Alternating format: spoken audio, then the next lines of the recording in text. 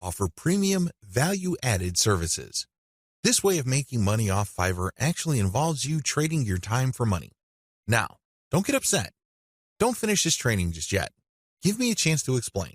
The big difference is you pick higher premium services. This is the key. There are many services you can offer on Fiverr. Unfortunately, given the geographic distribution of service providers, you're going to get caught in a race to the bottom. That's right. There are people who are ready, willing, and eager to work 10 hours for $5. Are you willing to do that?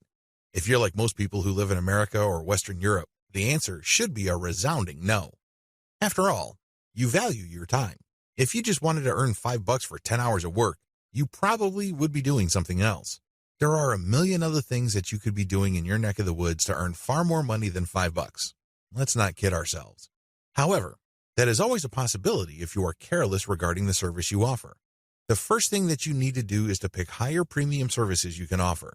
If you type in a skill set or a service, and it turns out that the average fee charged by the provider of that service on Fiverr is $100 or $200, then you may be onto something.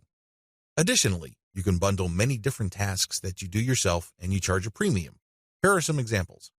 If you want to just offer premium services and get paid more for every hour of actual work you do, then you should switch from SEO writing or regular website copywriting to higher value writing markets like technical writing, handbook writing for products, sales copywriting, or medical writing. Similarly, certain types of academic writing usually involving PhD dissertations pay a lot more money. You can also bundle services along with your main service. You're still offering writing services, but you would include a lot of add-on value. For example, you're offering SEO writing. Their client gives you a keyword and you write a 1,000-word article. Well, that kind of service is currently getting $5 on Fiverr. But you may get away with charging $10 or $15 for that same service if you add pictures to the text that you produce, format it so that it's more readable, and upload it to your client's WordPress website. Generally speaking, when people see add-on services put together in a bundle, they are more likely to pay extra. Advantages. There is really one advantage worth talking about here. You get a higher dollar value per unit of time and work you put in. You end up working less and earning more than the normal way of making money on Fiverr. Disadvantages. To offer premium services, you must first know how to perform such work. This requires mastery, expertise, credibility, and authority. In other words, you have to pay your dues. This is not something that you achieve overnight. I can't call myself an SEO expert after reading an online book or a couple of blog posts on SEO and then start offering that service on Fiverr. If I were to do that, people will see me for the fraud that I am, and I can only imagine what kind of reviews I'll get. It all boils down to results, and it takes quite a bit of time, effort, and focus to become an expert that delivers the kind of results the market demands. Are you willing to put in that time? Also, the higher value of the service, the more specialized it becomes. This increases the dollar value for that service. So far, so good, right? Well, here's the problem. This is basic economics. When the price of anything goes up, the demand usually goes down. That is the bottom line. People are always looking for cheaper alternatives. People are looking to break up expensive items into cheaper parts. There are all sorts of coping mechanisms to high prices. Your service is not immune to these. This might translate to limited demand. Now, this doesn't mean that this is the end of the world. If you were charging $200 per project, instead of getting a project every other day, you might get a project once a week. But if you were to add up all the orders that you get for that high-value service, you may actually still be making more money than if you were to offer a low-value service that is in higher demand. This is good news if you think about it. You work less, yet earn more money. What's not to love?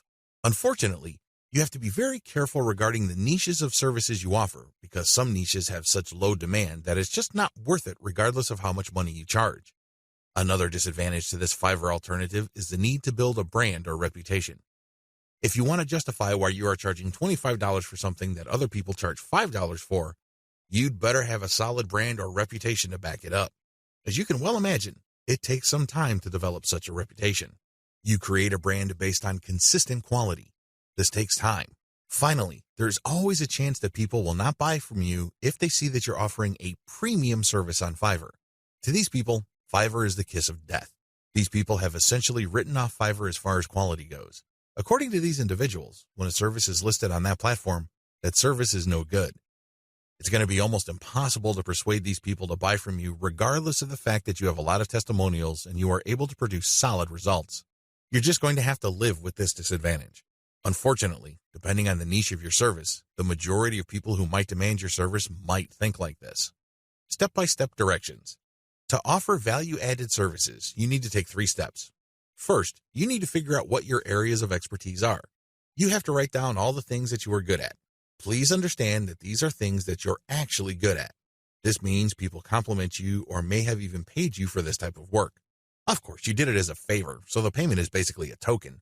Regardless, there has to be some sort of objective indicator that people view you as an expert in a certain type of activity. This must be objective. This is not just your girlfriend telling you that you're a great writer. Of course, she says that even though she could barely read the stuff that you crank out because she doesn't want to hurt your feelings. That's not the kind of external validation I'm talking about. This has to be from people who would objectively say that you are a credible expert or an authority when it comes to this type of service. Look for those skills. Write them all down. Find high-value sub-niches or bundle small services you can do in your niche. Now that you have a list of things that you do reasonably well and that a lot of people praise you for, these services must already be listed on Fiverr. The next step is to look for sub-niches or specialized versions of those services. Research on Fiverr and see how much people are paying per service. You should have a clear understanding by this point of just how much your services are worth. Now you have to make a decision. Are you going to go ahead with this low-value service, or am I going to enhance its perceived value by doing other things that I would do myself? Again, going back to the writing example, if the only thing you can do reasonably well is to write SEO keyword articles, that's going to be the service you offer. However, this doesn't mean that you're going to offer that service for $5 just like everybody else. You can make things better for yourself by including additional services. You can say that you'll add pictures, you will format, you will add citations, you will interlink the stuff that you are producing with previous items on previous articles on your client's website, and you are also going to upload this material. All of a sudden, the service that you could have only charged $5 for per 1,000 words, you might be able to charge $15 or $20 for. The great thing about this is if you factor in all the additional services, they really don't add much time to the service. Most of the time is eaten up by the writing itself.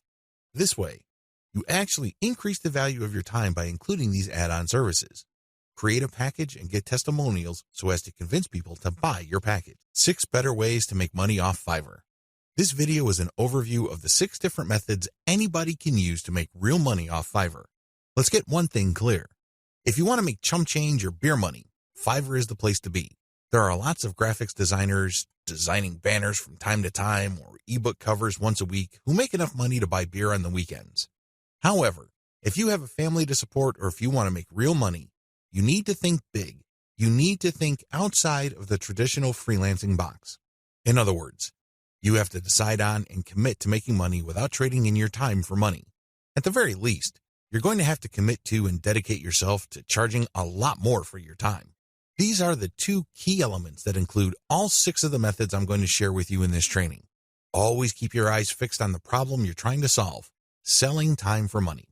Method number 1, offer premium value-added services. Method number 2, bundle others' services and sell turnkey assets. Method number 3, bundle others' services and sell operational assets. Method number 4, buy services that help you buy resellable high-value assets. Method number 5, resell cheap Fiverr services at other higher-value locations. Method number 6, use Fiverr services to build your own assets. These 6 methods have varying requirements of time, focus, and capital. Regardless, if you use one, a few, or all of them, you can make quite a bit of money. A lot of this income can happen on autopilot. I know it sounds exciting. Well, let's jump in, starting with video 5.